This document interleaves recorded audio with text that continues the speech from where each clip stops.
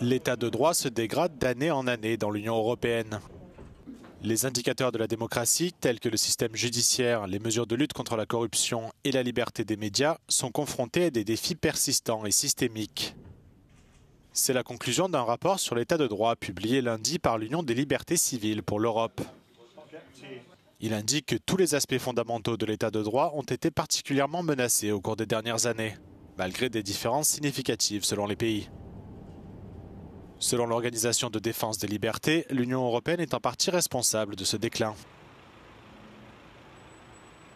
We see a large number of countries where the rule of law continues to decline, most notably Italy, Slovakia, Romania, and Hungary, of course. The reason behind this is because the EU is not strong enough in its responses to rule of law declines.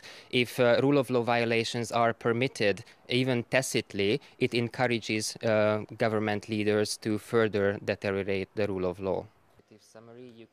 Il s'agit de la 6e édition annuelle de ce rapport indépendant sur les libertés en Europe. Il est le résultat d'une collaboration entre 43 organisations de défense des droits de l'homme de 21 pays de l'UE, coordonnée et compilée par le groupe Liberties. Les experts ont classé les pays en différents groupes. La première catégorie comprend les pays en stagnation, qui sont restés dans la même situation ou qui n'ont fait que des progrès minimes pour l'état de droit. Cette catégorie comprend la Grèce, l'Irlande, Malte, les Pays-Bas et l'Espagne. La deuxième catégorie comprend les démocraties modèles comme la Belgique, la France, l'Allemagne et la Suède, qui ont connu un déclin isolé mais inquiétant dans quelques domaines.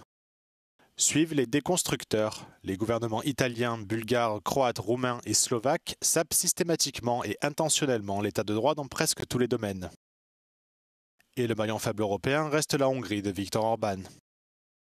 We must realize that the EU faces its internal rule of law challenges in a changing political landscape, the rise of the far-right populism in Europe, political decline, democratic decline in the United States, and Russia's war on Ukraine weakens the EU's unity and its resilience to authoritarian threats.